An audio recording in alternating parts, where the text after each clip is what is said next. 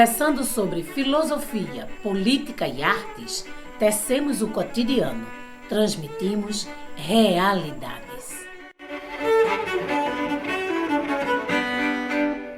O direito à informação está previsto na Declaração Universal dos Direitos Humanos, de 1948.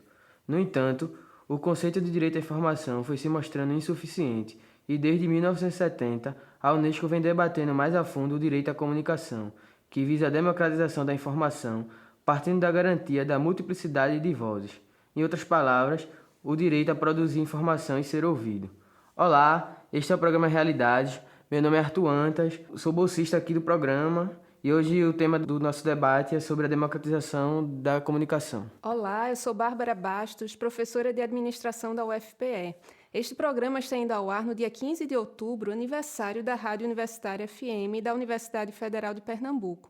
E, aproveitando o aniversário, estamos debatendo esse tema tão relevante que tem tanta relação com a importância desta rádio e convidamos o vereador e jornalista Ivan Moraes para debater este tema. Seja bem-vindo, Ivan.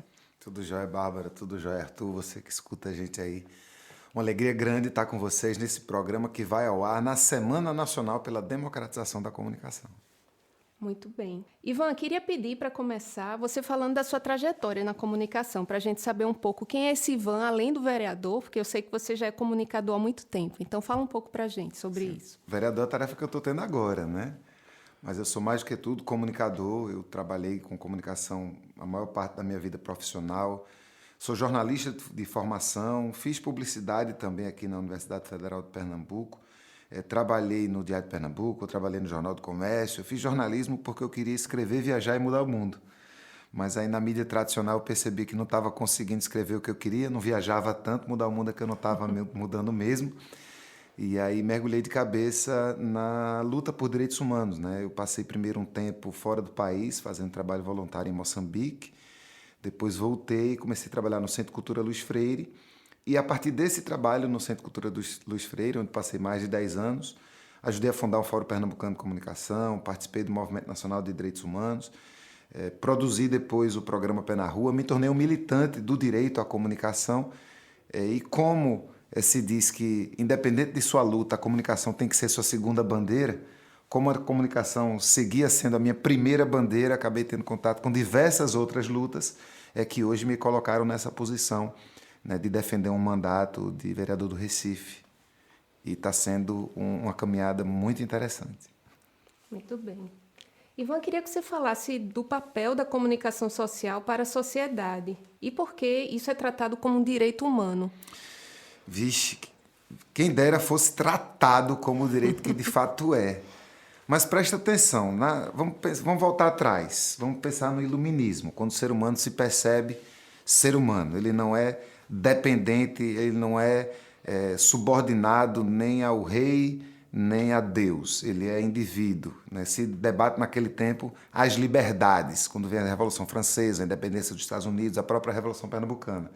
Se percebia o ser humano como detentor de liberdades inalienáveis que lhes eram garantidas desde que nascem.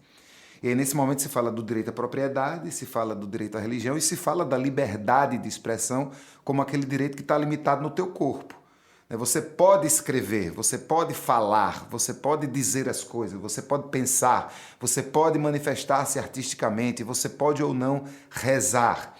Se trata de uma liberdade como todas as outras liberdades, que eram vistas como os direitos da chamada primeira geração de direitos humanos.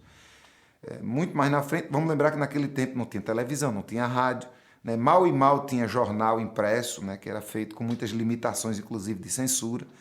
E aí se percebe que essa liberdade, para que a gente possa viver de forma plena enquanto seres humanos, essa liberdade não é suficiente, especialmente na medida em que há meios de comunicação de massa e há presença de poder fazendo diferença entre as relações humanas a partir da comunicação. A minha liberdade de abrir minha boca e dizer o que eu quero, ela não basta mais para que eu possa viver de forma plena.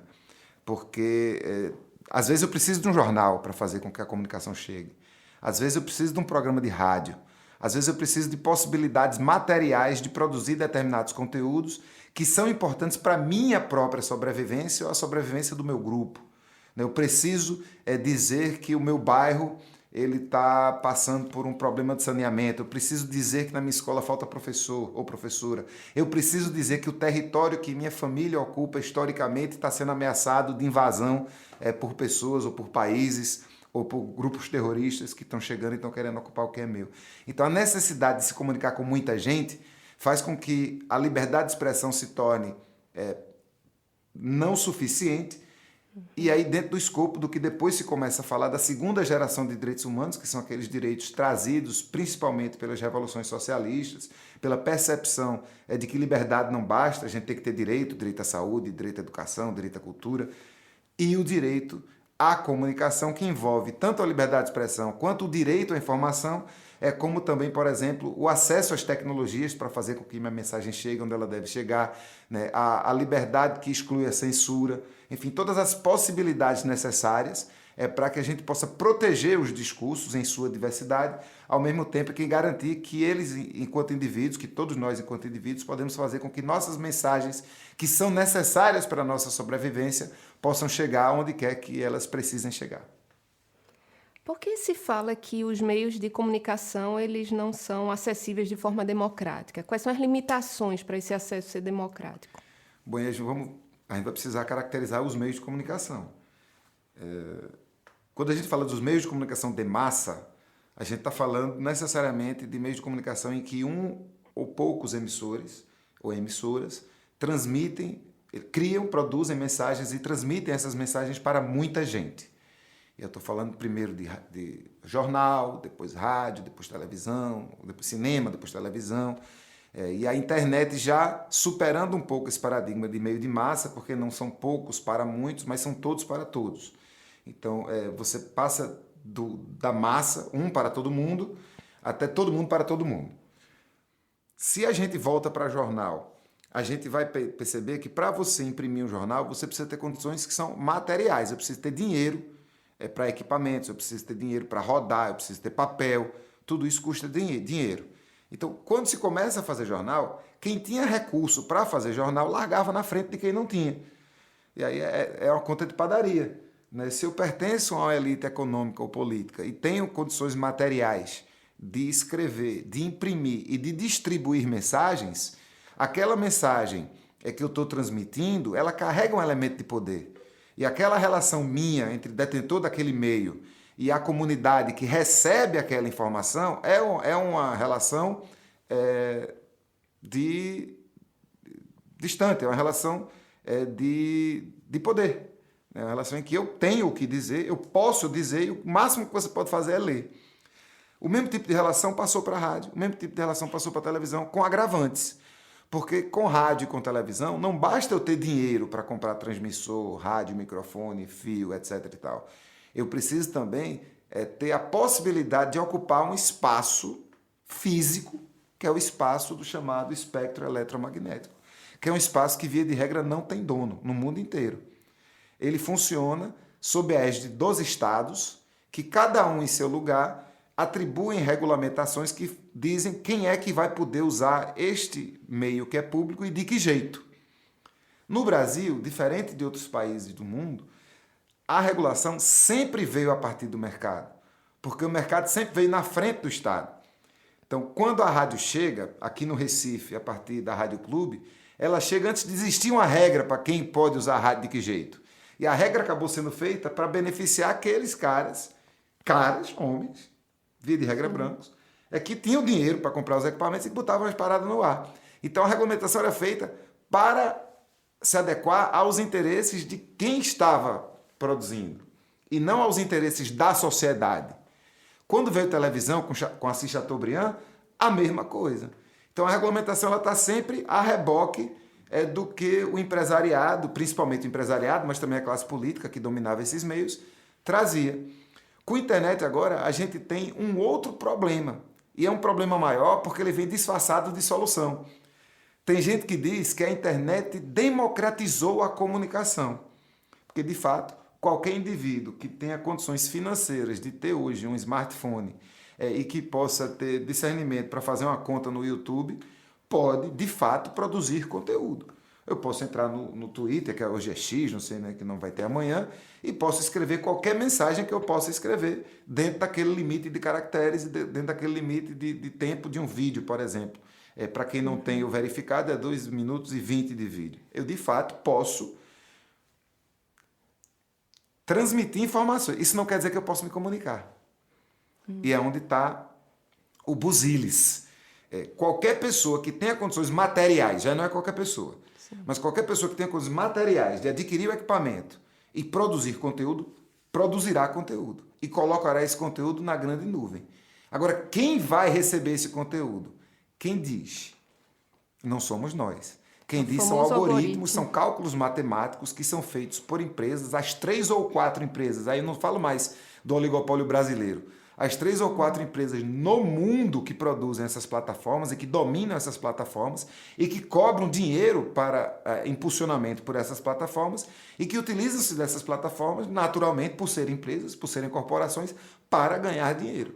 Então, o lucro da plataforma, ele sempre virá antes da sua possibilidade de se comunicar de forma livre com quem você bem entender. E aí, muitas vezes, você tem muitos seguidores, muitas seguidoras, você segue muita gente, você se entende como uma pessoa bastante ativa em redes sociais, mas muitas e muitas vezes, via de regra, você não está se comunicando. A mensagem que você está produzindo, de fato, ela não está sendo distribuída da forma com que você gostaria ou precisaria que ela fosse distribuída. Então, por mais que haja esse subterfúgio ou essa... Eu não quero falar enganação, mas essa percepção de que talvez hoje nós estejamos muito mais avançados no que diz respeito à democratização de uma comunicação, é uma democratização ainda escamoteada por um interesse muito negritado de 3 ou 4 bilionários que ainda, e cada vez mais, controlam o fluxo de informação, não mais nos seus países, mas no mundo inteiro. Como você está vendo a grande mídia assim, tradicional nesse contexto atual? Há bastante tempo a mídia tradicional, e falando de mídia tradicional, nós estamos falando das grandes corporações nacionais que iniciaram muitas vezes com o jornal, depois foi para a rádio, depois foi para a televisão, e depois criaram conglomerados e até investem também em internet. Esses grupos eles estão no divã já há pelo menos uns 20 anos. Porque eles ainda não perderam o grande poder econômico e político que tem no país. Assim, não tem como a gente dizer, seria muito pueril, né? Seria muito inocente dizer o tempo da TV acabou, agora tudo é internet. Até porque a TV ainda pauta a internet, é preciso que seja dito. Muitas das conversas que acontecem nas redes sociais, elas se originaram ainda no meio televisão, mas essas empresas elas estão no divã. Lembra que na década do início dos anos 2010, nós estávamos muito fortes, ainda era governo do PT, a gente estava muito forte enquanto movimento da comunicação, na luta pela regulamentação dos artigos da Constituição que falavam sobre radiodifusão. Artigo 220, 221, 222, 223, até 224 da Constituição, eles falam de radiodifusão, mas eles falam de uma forma quase que poética. O 221 diz assim: os conteúdos de rádio e TV precisam privilegiar conteúdos educativos, culturais, etc. e tal. O que é isso, privilegiar? O que é isso, conteúdo educativo?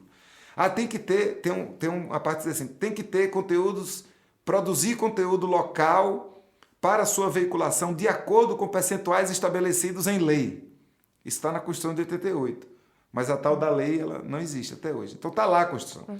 Então quando a gente estava muito forte batendo para que houvesse uma regulamentação desses artigos, as empresas de radiodifusão, elas eram o nosso principal adversário. Elas não queriam de forma alguma nenhum tipo de regra que obrigasse-as a cumprir qualquer tipo de interesse público. Esse era um discurso muito fechado da radiodifusão, que era muito hegemônica no país. Hoje, por exemplo, a gente está discutindo no campo nacional o PL 2630, que está sendo conhecido como PL das fake news, mas não é somente para fake news. É um projeto que traz um novo paradigma da internet com regulamentação de transparência, regulamentação de fake news, com proteção de usuários, com a garantia de que se você tiver um conteúdo retirado você possa recorrer. Então é um arcabouço que dá às pessoas, indivíduos, direitos nas plataformas sociais. E aí hoje nossos adversários maiores são o Google, são o Twitter, são o Facebook. E as empresas de radiodifusão são aliadas táticas. Elas são impulsionadoras desse projeto e estão perdendo. Inclusive, elas conseguiram colocar nesse projeto um jabuti que obriga as plataformas de mídias sociais a pagarem empresas jornalísticas por conteúdo. Não jornalistas independentes, empresas jornalísticas. Colocaram isso no PL 2630 e são nossos aliados táticos, ou seja, estão em dificuldade também, estão querendo se entender e se preservar seu poder, preservar suas questões econômicas, dentro de um ambiente de comunicação global em que elas não têm mais tanto poder como historicamente tiveram. É interessante a gente dar uma olhada e perceber como tem se movimentado a radiodifusão. Ainda não são e não serão por um bom tempo nossos parceiros. Porque se movem por interesses diversos do interesse da sociedade em geral. Mas para esse ponto de uma redução de danos no sentido de garantir que as pessoas, indivíduos e indivíduas, tenham algum direito numa conjuntura em que o oligopólio da comunicação não é mais nacional, ele é mundial, não são exatamente hoje o nosso grande adversário.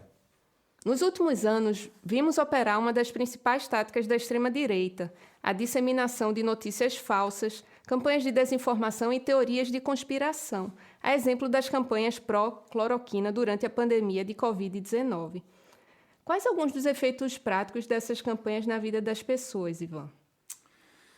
Vixe, Bárbara, eu vou dar uns passinhos para trás para trazer alguns elementos. Primeiro, o conceito de democracia, que é aliado ao conceito de direitos humanos. O conceito de democracia é um conceito que ele é disputado da extrema esquerda até a extrema direita. Mas se a gente tem a democracia como um sistema em que as pessoas bem informadas tomam decisões conscientes sobre suas próprias vidas, a gente já traz o elemento da comunicação no enunciado. Então não tem como nós entendermos que estamos participando de uma democracia qualquer, seja um grupo musical que você participa, que você entende que as decisões naquele grupo têm que ser democráticas, para falar um exemplo bem chulo, digamos assim, bem rasteiro. Não tem como você tomar decisões dentro de um ambiente que se pretende democrático se a informação que você tem sobre a decisão que você tem que tomar ela é incorreta. Então isso é impossível. E a desinformação foi prática muitas vezes, e isso é histórico, de quem controla a comunicação. Muitas vezes foi uma proposital. Você manda uma mensagem que não é necessariamente verdadeira, ou que pode basear-se numa verdade para contar uma mentira, isso existe muito. Quem é hábil com as palavras, quem é hábil com o jeito de dizer, pode contar uma mentira dizendo a verdade. Eu posso chegar aqui e dizer assim, você não sabe, eu já trabalhei para a ONU. Eu fiz uma missão para a ONU. Aí você vai ver, não, você prestou serviço uma vez de digitador para um assessor de um dirigente que tinha uma tradução, sabe? Então, tem formas de você mentir dizendo a verdade, e isso sempre foi feito nos meios de comunicação de massa. Isso é uma tônica dos meios de comunicação de massa. E a gente sempre teve pouca defesa contra eles. A questão é que agora, se nós não democratizamos a comunicação, se a gente não está convivendo naquele ambiente habermasiano em que apenas as ideias conflitam, a gente está vivendo num ambiente em que o poder determina quem vai ver o quê, a possibilidade de dizer mentira ou de manipular informação, ela escalou de uma forma inédita na história da humanidade. Então, qualquer pessoa com recursos materiais hoje tem condições de mentir à vontade. Antes não, antes eu precisava ter um canal de televisão. Antes eu precisava ter um jornal para eu poder mentir para muita gente. Hoje, qualquer pessoa com condições materiais apenas, sem necessidade de uma licença do governo, para usar radiodifusão, por exemplo, ela pode mentir à vontade. E ela pode usar os mecanismos que estão disponíveis legalmente nas plataformas de rede social para fazer sua mentira ir até onde ela quiser, desde que ela tenha dinheiro para isso. E você tem exemplos como aquela produtora Brasil Paralelo, que num determinado período recente foi a maior anunciante do Brasil da empresa Meta, botou milhões de reais para dizer coisas como o nazismo é de esquerda. Então você imagina como é que isso chega para uma pessoa que não tem as ferramentas necessárias para discernir. Ou pior, imagina como é que isso chega para uma pessoa que comprou um telefone com um pacote de internet, entre muitas aspas, gratuito, e que tem Facebook e WhatsApp de graça, que pertence à mesma empresa, empresa Meta. Então você não está tendo acesso à internet. Você está tendo acesso ilimitado aos conteúdos produzidos e postados nesta plataforma privada, cujo anunciante botou dinheiro para que chegue em você. Então, você, além de não ter, você cidadã brasileira hoje, mais ou menos alfabetizada, você não tendo as ferramentas, por exemplo, para receber uma mensagem no teu WhatsApp, que muitas vezes é gratuito nesses pacotes. E aí você recebe um card com uma coisa que se parece muito com a notícia e que diz assim: a professora Bárbara é pedófila. Com tua foto. O ser humano não tem ferramenta, nós não aprendemos a lidar com isso nas escolas. A nova geração que está chegando aí nasce sem nenhum senso crítico quanto a isso, e a geração que estava há mais tempo não sabe nem que isso existe, porque para essas pessoas conteúdo é relativamente profissional. A tia do Zap, o namorado da minha tia, estou falando de uma pessoa que existe, o namorado da minha tia, que se informa única e exclusivamente a partir do Zap, ele não faz a menor ideia do que acontece no mundo à sua volta. Esse é um fato real, isso acontece. Então são pessoas que vão achar sim que o nazismo é de esquerda, vão pensar que a esquerda mundial se organiza para montar um grande esquema de pedofilia, como foi o QAnon, e agora tem um filme que está impulsionando a campanha do Trump. Então isso nos prejudica enquanto sociedade de uma forma absurda. E no campo mais prático individual, isso nos adoece. Porque isso faz com que as pessoas que precisam se proteger de uma determinada doença, elas não se protejam porque a mensagem foi que elas não se protegessem. E para quem está na política com interesses escusos, sem escrúpulos, querendo ganhar a todo custo, e conhecendo essas ferramentas, conhecendo a forma com que se faz isso, é drástico, é desumano, é horrível. E a gente que está militando pelo direito à comunicação, e boa parte do campo progressista, não estou falando somente da esquerda, eu estou falando inclusive da centro-direita, estou falando dos liberais republicanos, nós estamos num beco sem saída, porque a gente às vezes faz assim: nós precisamos aprender a nos comunicar na nova conjuntura, ou nós não estamos usando direito as mídias sociais, nós não aprendemos a usar o YouTube. Gente, tudo bem, a gente precisa aprender muita coisa ainda. Mas nós estamos dispostos, por exemplo, a comprar fazenda de robô para dizer que meu adversário é o que ele não é? Eu não estou disposto. Você está disposto a dizer que o teu adversário ele é um criminoso sem ele ser? Você está disposto a inventar mentira de que se tal fulano foi eleito, ele vai matar um filho de cada família porque ele é a favor do Estado mínimo? A gente não vai fazer isso. Então, a gente vive um tempo que é a encruzilhada da humanidade. A gente dizia até muito pouco tempo aqui no bastidor, conversando com vocês, a gente estava conversando de veganismo. Ivan, você já é vegano? Eu disse: olha, eu já sei que vocês estão certos. Eu ainda não sou vegano. Mas veja a dificuldade que as pessoas veganas têm para dialogar nesse ambiente de comunicação, para dizer o que é que tem que ser dito. Porque a força que o adversário tem, que usa esses meios de forma muito inescrupulosa, é uma força muito grande. Eu fico pensando o que vai ser da gente enquanto humanidade mesmo. Como é que vai ser a comunicação entre pessoas? Numa conjuntura em que as pessoas passam mais tempo se comunicando ou acreditando que estão se comunicando em plataformas eletrônicas. Enfim, até as pessoas com quem eu falo, elas não são decididas necessariamente por mim. Eu tenho uma rede que eu uso no mandato e tenho uma rede pessoal. Um canalzinho pessoal que eu uso para me comunicar com meus amigos e amigas. Tem pessoas que eles colocam para conversar comigo. São meus amigos e amigas. Mas, sei lá, eu tenho lá 200 amigos e amigas nessa rede. Eu estou sempre falando com 10 ou 15. Mas que são os 10 ou 15 que eles me mostram. Eu não tenho mais nem gerência, governança sobre com que sujeitos eu vou debater no ambiente virtual.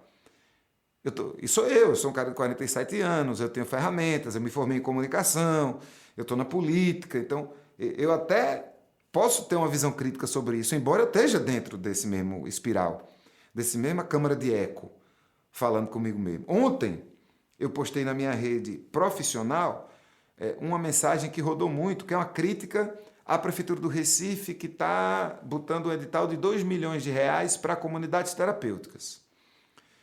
Eu praticamente não recebi críticas. O vídeo circulou muito no YouTube, circulou muito no Instagram e circulou muito no Twitter. Muito. É o que a gente avalia de um vídeo que rodou bem. O vídeo rodou, acho que mais de 20 mil pessoas viram o vídeo no Instagram e mais de 5 mil no Twitter. Para a gente, esse é um número bom.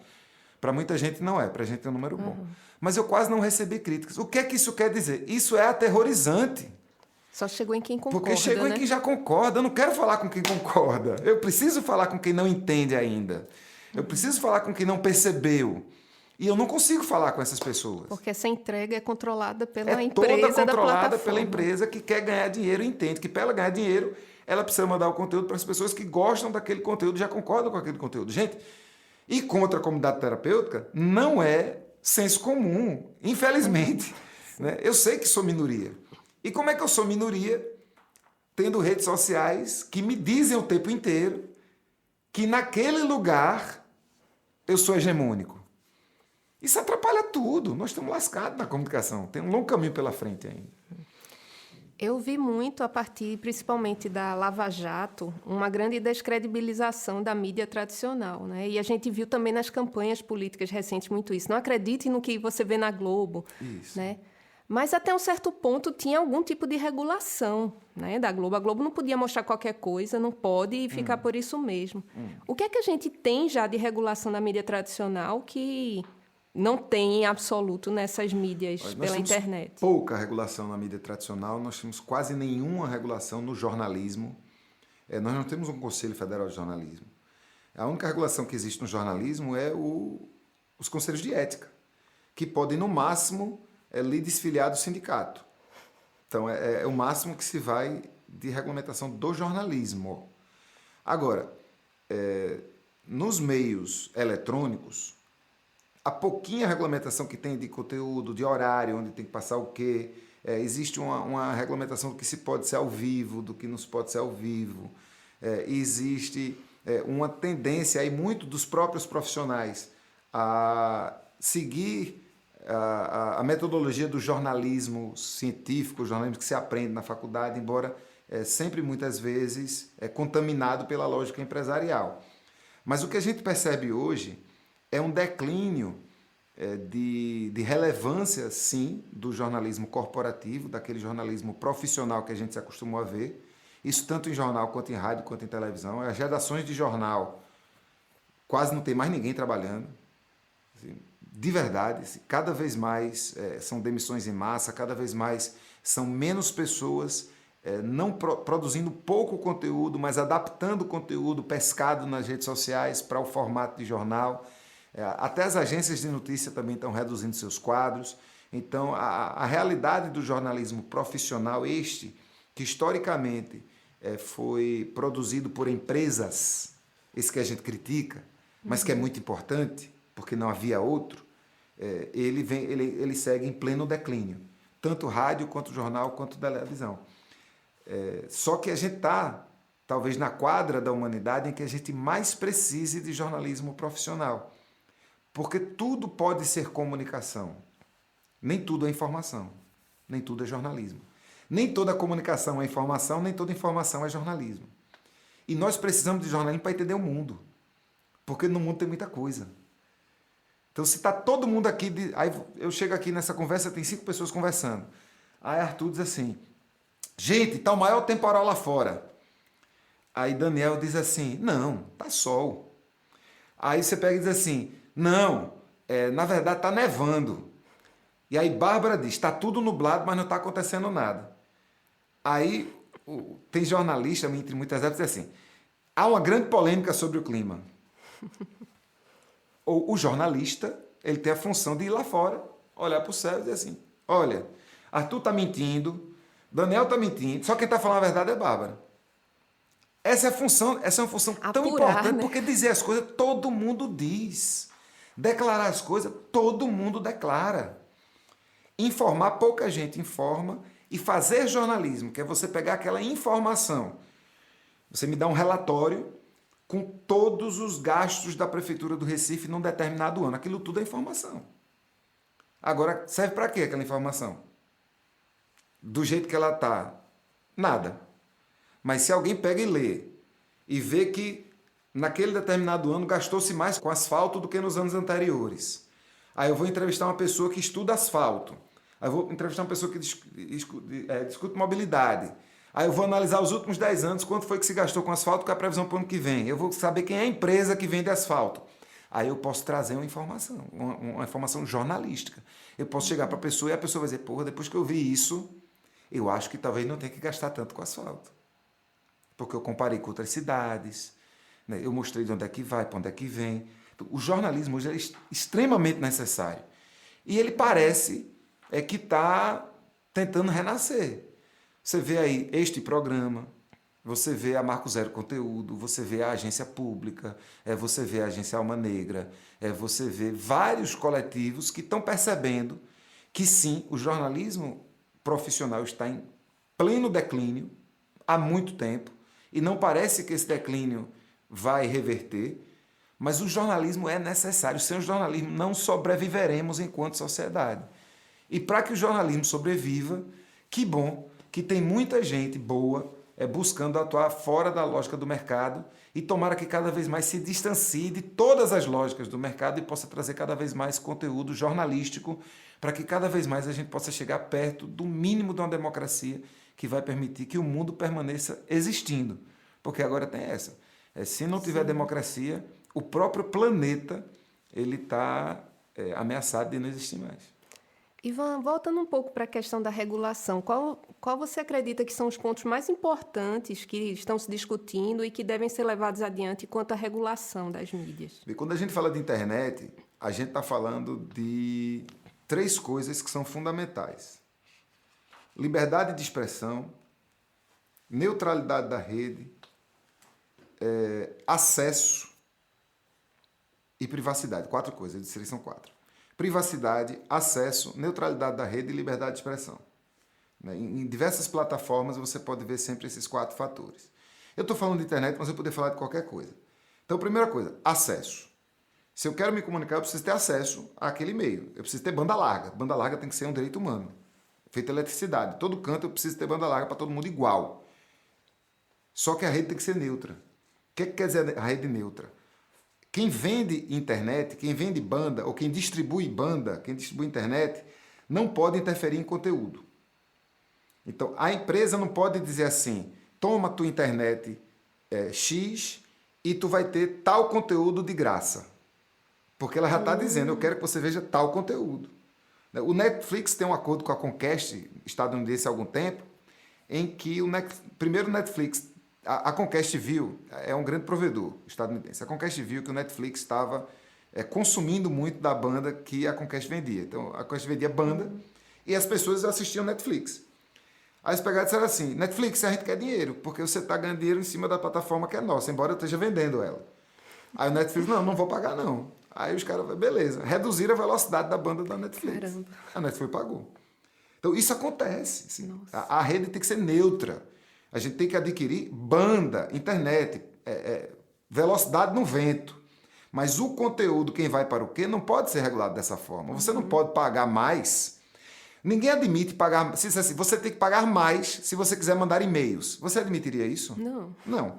Mas a gente admite que alguém esteja pagando para que determinada mensagem chegue na gente mais do que outras. Então, a rede tem que ser neutra. Nós temos que ter liberdade de expressão. Então, as plataformas não podem dizer... que o peito daquela mulher que tirou uma foto na praia, ou fazendo topless, é imoral.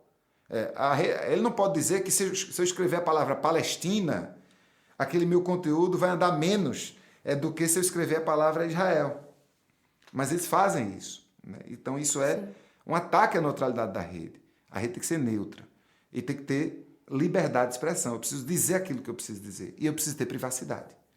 É preciso que aquilo que é meu, aquilo que eu reservo como meu, seja garantido como meu. Ah, Ivan, mas quem não deve não teme. Tu deve algum... Ah, não deve... Me dá aqui teu telefone. Destrava aí tua senha. Quem dá o telefone para alguém com a senha destravada? Ninguém. Né? Mas a gente deu para as Google da vida, a gente deu para as Meta da vida, a gente deu tudo para os Twitter da vida. O preço que se pagou para a gente poder ter internet. Então, sem essas 4 coisas, a gente não vai ter democratização. Ivan, no último bloco, a gente estava falando sobre a questão da regulamentação da mídia e do que está envolvido nessa discussão. E aí, você abordou bastante essa questão de como permitir que as pessoas possam realmente usar as redes e colocar os conteúdos que elas desejam, e isso não ser controlado pelas empresas que cuidam das plataformas. Mas e como a gente impedir que conteúdos inadequados, que são fora da realidade ou que têm conteúdos violentos e nocivos a outras pessoas, sejam distribuídos? Então, como é que está a discussão de como regulamentar para impedir que essas coisas aconteçam? Boa, a gente volta à discussão do PL 2630, né? O projeto da transparência, responsabilidade, enfim, um nome grande, e contra a desinformação nas plataformas sociais. E aí é preciso a gente ter muito cuidado quando a gente fala desse tema, porque nós não podemos passar a impressão de que nós queremos criar o Ministério da Verdade. Acho que a verdade, embora seja uma palavra que esteja sendo muito vilipendiada, embora a verdade ainda exista, eu defendo a existência da verdade. Acho que você tem direito às suas opiniões, mas você não tem direito à sua própria verdade. Mas há muitas verdades, né, sobre vários temas. E não há quem possa impor uma verdade a outras pessoas, nem impor opiniões a outras pessoas. Mas eu acho que tem 2 coisas principais que são mentir de propósito, as chamadas fake news, e o discurso de ódio, que são muito bem identificáveis. E isso não é de pessoas, é importante a gente dizer isso. O grande problema não são apenas pessoas, indivíduos, o problema são grupos poderosos que utilizam dessas ferramentas de discurso de ódio e disseminação de notícia falsa com objetivos muito específicos. Eles são nossos grandes adversários. Mas é preciso que a gente entenda também que as plataformas, elas não são neutras. As plataformas compreendem que discurso de ódio e mentira rende dinheiro. E esse é a grande questão. E é por isso que o Google ficou com os cabelos em pé quando a gente queria aprovar uma lei que a Europa toda está aprovando. É por isso que a Meta ficou de cabelo em pé quando a gente quis aprovar uma lei, esse 2630, a lei de transparência, enfim, uma lei que coíbe notícia falsa. E a Alemanha já aprovou, a União Europeia está discutindo isso. É porque você precisa responsabilizar esses sujeitos pelo que acontece nessas plataformas. Eu vou dar alguns exemplos. Como é que é hoje? Hoje, Bárbara é minha interlocutora nesse programa, eu sei que é outras pessoas, mas eu vou pegar ela mais uma vez como um mau exemplo. Então um namorado que Bárbara teve, em algum momento da vida de Bárbara, lá quando ela tinha seus 17, 18 anos, gravou um vídeo de Bárbara nua. E era um vídeo que Bárbara usava com ele para... Mentira, viu? Isso não existiu, não. Para fazer o que quisesse fazer lá. Ele ficou ela deixou ele ficou arretado, botou o vídeo dela numa plataforma dessa de vídeo adulto. Para a Bárbara tirar esse vídeo, é uma luta, é uma confusão. Aí alguém já tira esse vídeo, já bota em outro canto, já se tem uma visão de Bárbara, que não é a visão verdadeira de quem Bárbara é, mas ela está sendo exposta para muita gente. Ou um texto que diz assim, Bárbara fez isso comigo, é uma mentira. Hoje, para a Bárbara ter esse conteúdo do ar, ela tem que ir na justiça. E a plataforma até tira, depois que rola o processo na justiça. Só que a gente está falando de internet. Um dia, que não é um dia que a justiça demora, né? Sim. É bem mais do que um dia. Mas um dia que um conteúdo falso sobre o professor Daniel outra pessoa, para não ser só Bárbara. Um dia que passe um conteúdo falso sobre o professor Daniel, atribuindo a ele um crime que ele não cometeu na rede social, já vai manchar a reputação dele, a imagem dele, a identidade dele, de uma forma que vai ser muito difícil voltar atrás.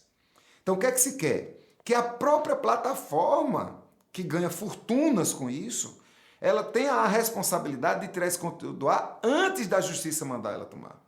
E quando a justiça mandar, já é pagando multa. Mas e aí tem que contratar moderadores e a liberdade de expressão. Véi, você ganha uma fortuna. Não falta dinheiro. Não falta dinheiro. Outra coisa, eu quero monetizar um conteúdo. Então, se a empresa permite que um conteúdo seja monetizado sabendo que ele é mentiroso, multa. Porque isso que se fala, eu não sei, não. A verdade é que o nazismo é de direita, Rapaz, eu não sei, porque a gente é só uma plataforma.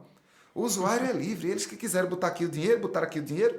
Se eles não botassem o dinheiro, não ia para ninguém, mas como botaram o dinheiro, a gente mandou para todo mundo. Eita, porra, era mentira. A gente não pode permitir que os Mark Zuckerberg da vida façam cara de sonso, dizendo que não tem responsabilidade nenhuma sobre isso que acontece. Então as empresas teriam. Estou falando das empresas. Sim. Eu não estou dizendo que eu vou prender Dona Maria, que compartilhou a notícia falsa, não. Dona Maria é vítima também. Sim. Agora, a notícia falsa que Dona Maria compartilhou tem que ser derrubada.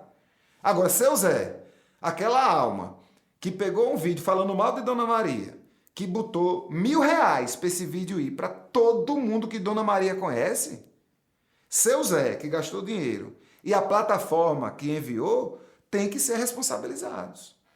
E não pode a gente entender que, por mais... E veja que curioso, cada vez mais a gente está dentro da internet. Não é verdade? Sim. Cada vez mais as nossas relações, as nossas interações, elas são feitas dentro do espaço digital. Mas as normas da sociedade que nós passamos anos construindo, parece que não valem. Então, se uma coisa é racismo aqui fora, se eu chegar a pegar uma pessoa na rua, esculhambar ela de tudo, com adjetivos racistas, ela não pode me levar na delegacia? Pode. Já pode. E por que na internet não é? E por que na internet é liberdade de expressão? Sim. Se eu for lá no... Gente, Bárbara é isso, aquilo, outro. Bárbara pode meter um processo contra mim. Na internet, ela pode também meter um processo contra mim. Mas aquilo que ela disse continua lá. Então não pode continuar lá. É o mínimo, é o básico. O dano é muito maior porque está lá gravado, sendo reproduzido. Nós estamos única e exclusivamente dizendo que o que é crime na rua tem que ser crime na internet. E que as plataformas que ganham dinheiro com isso, elas não podem achar que não é com elas. Elas têm que ser responsabilizadas. Porque essa democracia falsa da internet é isso. É feito essa sala. Eu e Bárbara, nessa sala, gente que está ouvindo no rádio, nessa sala tem 5 pessoas. Eu e Bárbara estamos com o microfone ligado. As 3 pessoas que estão aqui na sala podem até falar. Vão achar que estão falando. Mas você só está escutando eu e Bárbara, porque a gente está com o microfone. E se eu fizer um conluio com o Zé, que é o camarada que está operando o som, se eu fizer um sinal para ele, para dizer um negócio, ele diminuir o microfone de Bárbara para eu falar sozinho, você só vai me ouvir. Tá todo mundo na sala, tá todo mundo falando. Mas quem controla quem ouve? São essas empresas. E elas têm que se responsabilizar. Ou seja, quando se fala como se fosse algo impossível ou muito desafiador de regular, na verdade a gente já tem os parâmetros aí muito claros do que precisamos fazer, né? Muito, Bárbara. Bárbara, o mundo todo faz isso, Bárbara. Eu escrevi a minha dissertação de mestrado aqui nessa universidade em 2013, no ápice das discussões sobre regulamentação da radiodifusão. Para provocar, eu usei para comparar no estudo a regulamentação da radiodifusão no país mais liberal do mundo, os Estados Unidos. E em 2013, a regulamentação da radiodifusão nos Estados Unidos era muito mais rigorosa daquilo que a gente queria fazer aqui. Mais na frente, inclusive, naquele tempo, os Estados Unidos, nenhuma rede de televisão podia ter mais de 41% de audiência. Então, se tivesse mais de 40% de audiência, tinha que se livrar de algum afiliado. Você não podia ter afiliadas suficientes que lhe dessem mais de 41% da audiência nacional. Estou falando dos Estados Unidos, gente. Estou falando de Cuba, não. Sim. A gente queria isso para o Brasil, ou menos do que isso no Brasil, não conseguimos. Depois, quando a gente conseguiu aprovar uma lei que regulamentava o acesso condicionado, empresas a cabo, demandando, veja o que a gente demandava, que os canais da TV a cabo passassem de meia hora a 1 hora por dia, de 24 horas, de conteúdo nacional. Não era local de Recife, de Pernambuco, era nacional. As empresas lançaram uma campanha dizendo que a gente era contra a liberdade de escolha. E aí um executivo de uma empresa dessa, não sei se foi da Fox, foi entrevistado por uma revista especializada e ele dizia assim, e aí, se essa lei passar, o que é que vocês vão fazer? E aí ele cometeu um sincericídio, disse, a gente vai fazer o que a gente já faz no mundo inteiro, porque em todo canto tem essas regras. Só que aqui no Brasil os caras não querem seguir. A gente está falando agora de regra para a internet. Na Alemanha já tem, no Canadá já está tendo, os Estados Unidos está debatendo, a União Europeia está debatendo. Agora, no Brasil, não. No Brasil, quando a gente estava para votar, o 2630 na Câmara dos Deputados, o Google e a Meta fizeram ação da porra e o Lira tirou porque sabia que se botasse os caras não iam aprovar. Os caras iam rejeitar. Então estamos assim, estamos mais uma vez à mercê de interesses que infelizmente não são apenas das corporações nacionais, mas do grande dinheiro mundial. Ivan, e as mídias independentes? Como você vê aí a importância, o potencial delas de trazerem uma nova opção aí para... Elas é quem estão salvando o menino de jornalismo, né? Hoje você praticamente só encontra jornalismo bem feito, e eu não estou falando nem só de qualidade técnica, mas também, mas o jornalismo bem feito, bem apurado, feito com tranquilidade, você só encontra isso em meios independentes. Eu arrisco dizer que o bom jornalismo, ele não tem como ser feito se não for de forma independente. Eu digo isso que trabalhei em jornal. Você não pode fazer uma matéria que contraria o anunciante. O anunciante, ele é quem manda mesmo no jornal. Então, se eu tenho uma página, se eu tenho um caderno de imóveis, que não é de imóveis, é de mercado imobiliário, toda semana dentro do jornal, aquelas empresas, são 4 ou 5, que anunciam com vulto, elas serão sempre protegidas por aquela empresa. Assim como os meios estatais, não públicos, eles serão sempre controlados por quem controla o Estado naquele momento. Então, o jornalismo verdadeiro, o jornalismo que não é imparcial, porque a imparcialidade não existe, nós somos seres humanos, mas o jornalismo que é transparente, que busca informação, que traz dado, que coloca opiniões conflitantes, mas que coloca o fato, que as coloca no mesmo contexto, esse jornalismo só pode ser feito de forma independente, ele tem sido feito de forma independente. Agora a gente precisa se ligar, a gente precisa consumir, a gente precisa ir atrás, a gente precisa botar um dinheirinho. Você não comprava jornal? Você não paga a sua TV a cabo? Cadê seus 30 contos para você botar por mês na Marco Zero? Cadê seus 40 contos para você botar por mês na agência pública? Cadê aquele dinheirinho, aquela cerveja que você deixa de tomar, e nem deixa de tomar, que eu sei que tu toma mesmo, aquela cervejinha, aqueles 10 contos por semana, que talvez você, você gaste com a besteira, com a pipoca que você come. Será que não vale a pena você produzir, você botar dinheiro numa organização, num grupo de jornalistas independentes, que são os únicos que têm coragem, recurso e disposição para ir atrás dessas feridas que existem no mundo, para mostrar as realidades das realidades que a mídia corporativa não dá conta e não dará jamais conta de dizer? A gente está no Recife. A Prefeitura do Recife gasta por ano entre 40 e 50 milhões de reais com propaganda. Propaganda. 80% dessa propaganda é a chamada propaganda institucional. Ou seja, não é aquela que diz assim, cuidado com a dengue. É aquela que diz assim, a prefeitura é a que mais resolve a dengue. 50 milhões. Será que um pedaço dessa grana... Imagina, eu fico pensando nisso. 50 milhões. Quero tudo não. Me dê 10. Imagina eu pegar... Me dê 12 para facilitar minha conta. Recife tem 6 RPAs. Dê 12 milhões por ano. Eu pegar 2 milhões e formar em cada região político-administrativa do Recife um grupo de comunicadores e comunicadoras com o objetivo de comunicar de forma livre tudo o que acontece naquela região político-administrativa. 2 milhões por ano. Soa uma fortuna. Daria para fazer um negócio revolucionário. Imagina isso aí na Várzea, e os caras estão produzindo conteúdo de audiovisual sobre a Várzea todos os dias, que você pode ter acesso no seu espertofone, mas que você também pode ligar a televisão e ver, porque a gente tem uma emissora que é a TV Pernambuco, que poderia mostrar esses conteúdos.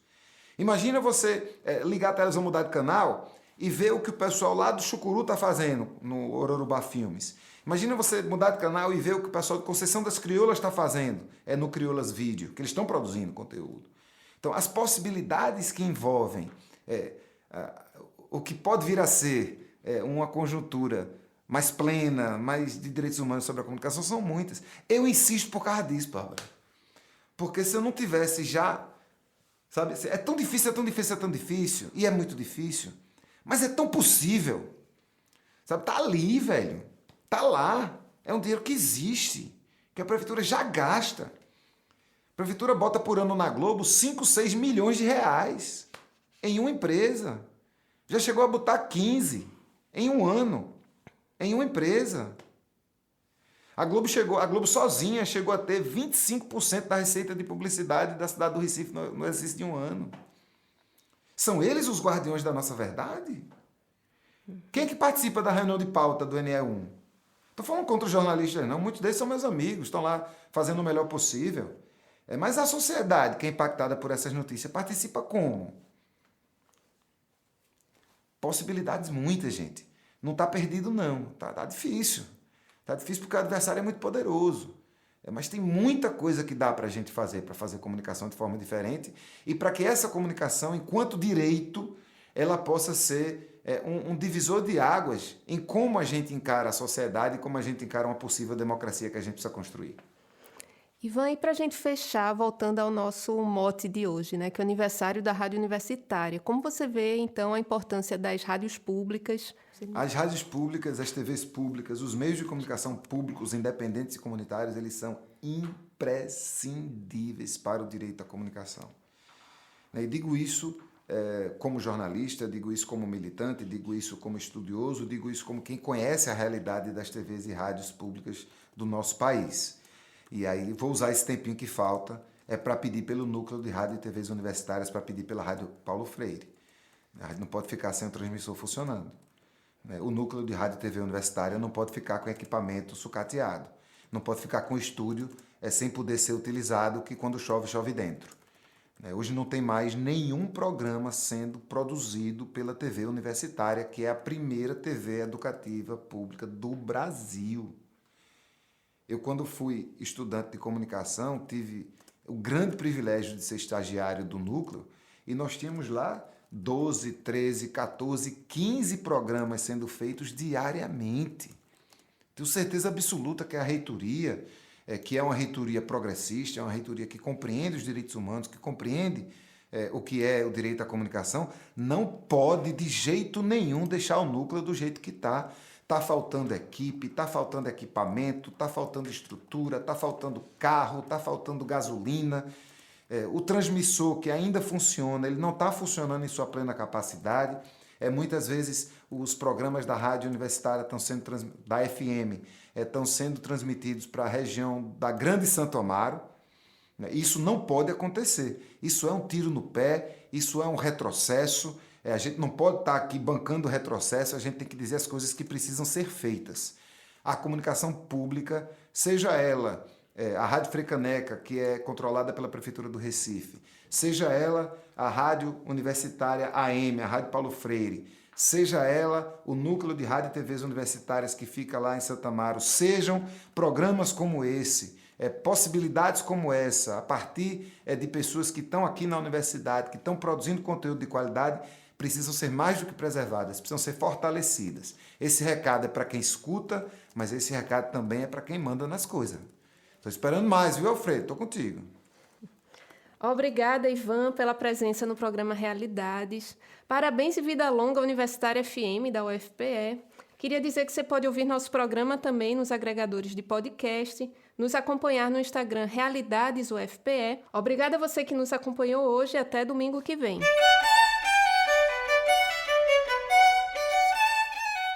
Acabamos de ouvir Realidades.